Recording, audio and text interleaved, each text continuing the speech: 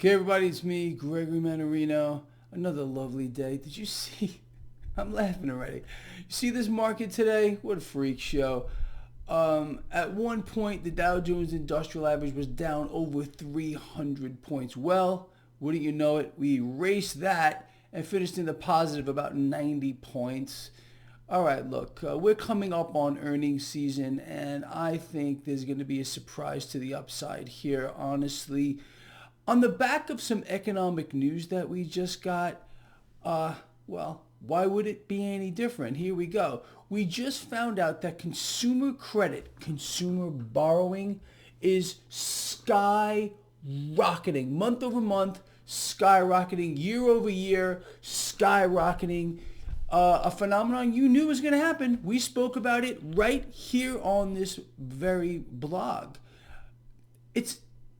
It's a sad thing to see that people continue to borrow beyond and freaking beyond with no end in sight, people. And this mechanism is assuring that these people are more done than they already are. Some of this here obviously is the fact that, we have inflation that is skyrocketing. You know that. Everybody knows it. I mean, come on now, right? And people are paying more for everything, and it's that mechanism is just getting started as well. As a matter of fact, let's play right into that. We heard from the freaking Pentagon today. Now, this is going to come as no shocker to anyone who follow this blog, but I just want to get this right. Pentagon, the Ukraine-Russian war could last for years. Well, this is what they're going to do. They're going to prolong this thing in every other crisis that comes along. Now there's Omicron, XE, and whatever other freaking thing they're going to throw at us down the pike. Look, it's just so sick how they are keeping this thing going here. The mechanism of ballooning the money supply, inflating here, and something that's been going on for a long time. There's no end to it, and that's the mechanism, and people are paying the price.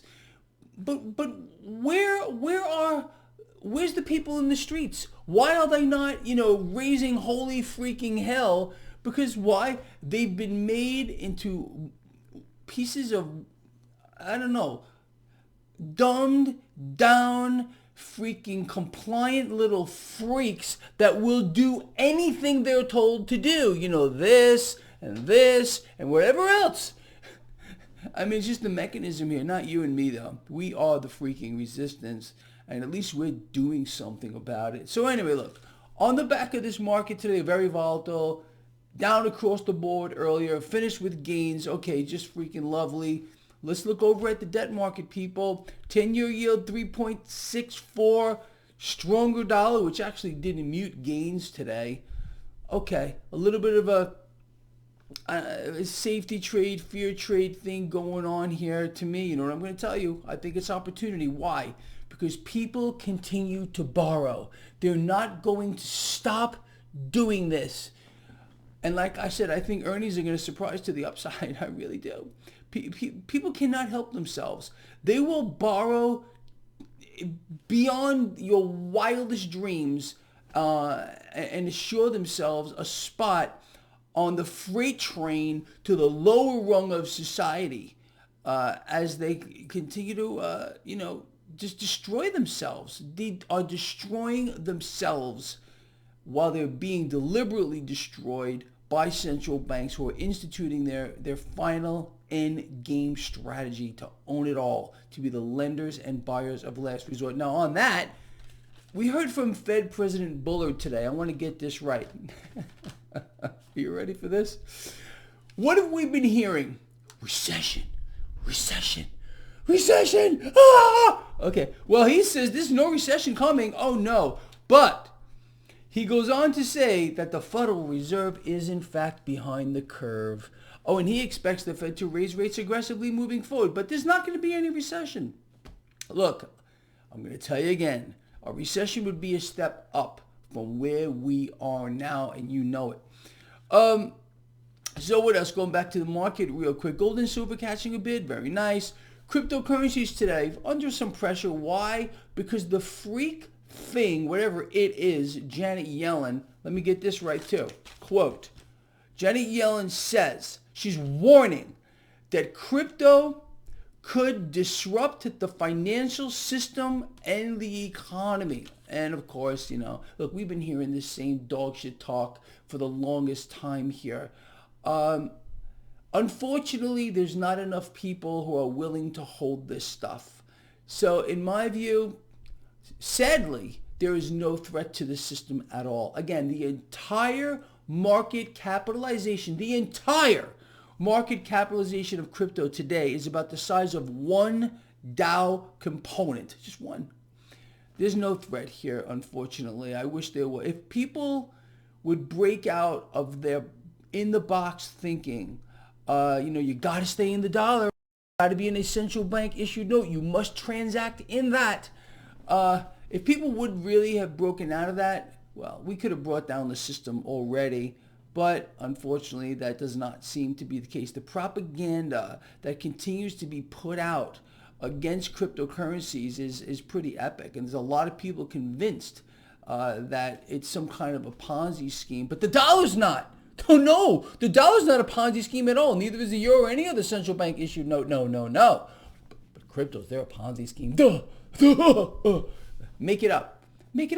I dare you to do that. So, crude oil today catching a little bit of a bid here. And with this promise here, or threat or warning or whatever you want to take it from the Pentagon, that this war could last for years, where do you think the price of energy is going? Where do you think? You think it's going lower? Really? No. Absolutely not. Yes, we've had a significant drop after the release, the 1 million barrels per day release from our illustrious brain dead president. He's really brain dead, I'm being honest. And he really thought that was going to make a difference. But what did make a difference was the International Energy Agency releasing another 60 million barrels. And it's just a Band-Aid. It's not going to last. You know that. So get yourself on the right side of energy, people.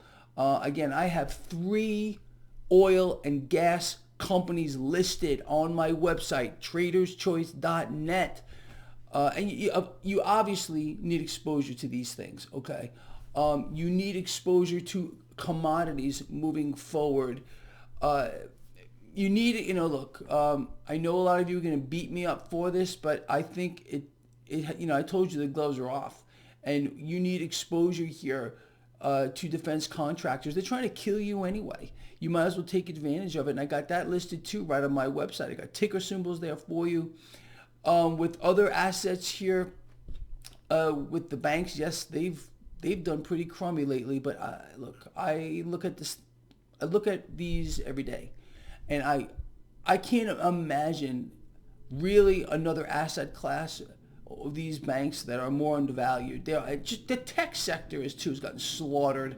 I think there's a lot of value here, and we're going to see if I'm right, because we're marching right here into earnings season. Let's see how that plays out. Anyway, let us move forward here. Let's see. So I want you to hear this too. On top of Fed President Bullard today saying there's going to be no recession, pretty much contradicting a lot of other people. But we know the game. They send out these freaks to say this. They send out these freaks to say another thing. It's always the same. This narrative will never change. Now, so the Bank of International Settlements, let me read you their mission so far. So the Bank of, Internal Settlements, their mission is to support central banks, I love this part, in pursuit of monetary and financial stability through international cooperation, and to act as the central bank of central banks. That's their mission. Now, we got a warning today from the BIS. Maybe we can come up with, what does BIS stand for? I like to make things up. You can help me out with that. So, this is their warning. Warning.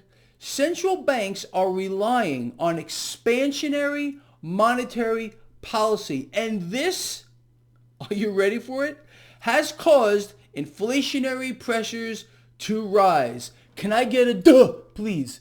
Make it up. Make this up. Nobody can. It's impossible to do. Anyway, look, that's the situation. It is what it is, people. Anyway, look, to me, I can't wait for earnings season here, especially after hearing that consumers continue to consume at a staggering rate because they're borrowing and borrowing and freaking borrowing, and they can't stop themselves. They're like addicted to it. They're addicted to it. And this is mostly, in my view, members of the middle class or prior members of the middle class who are being squeezed to death. They want to maintain the illusion of middle class. So what are they doing? They're borrowing, and they're borrowing, and they're borrowing some more. This is all a mechanism to destroy these people. You know that. We haven't seen anything yet. We are literally watching an extermination on a grand scale take place here, people. A new demographic, a new set of rules, a new paradigm, things I've been warning about for years. Years. It's all here. It's in our face, and it's pretty freaking extraordinary. All right, look, with that said, I covered a lot here for you, people. I hope you found this helpful. Don't deviate from what you're doing, all right? We are doing the right thing here, betting against the debt, becoming our own central bank, understanding the bigger picture. Again, don't listen to Greg Mannarino. I've been telling you that this war is going to potentially last for years. I don't know, from when it first started. And now we have the Pentagon explaining this to you. Why? Because they want to throw trillions of dollars at it. Trillions. No other mechanism on the planet Earth generates more profit for corporations than war, than the propagation of war, the expansion of war. So, as my fantastic friend Gerald Celente always says, when all else fails, they bring you to war. I mean, did he nail that one to the wall? All right, people, look, I'm out of here. I love all of you. Please share the video. Let me know what you think. I read the comments. I really do. And I'll see you in the morning. I'm out of here.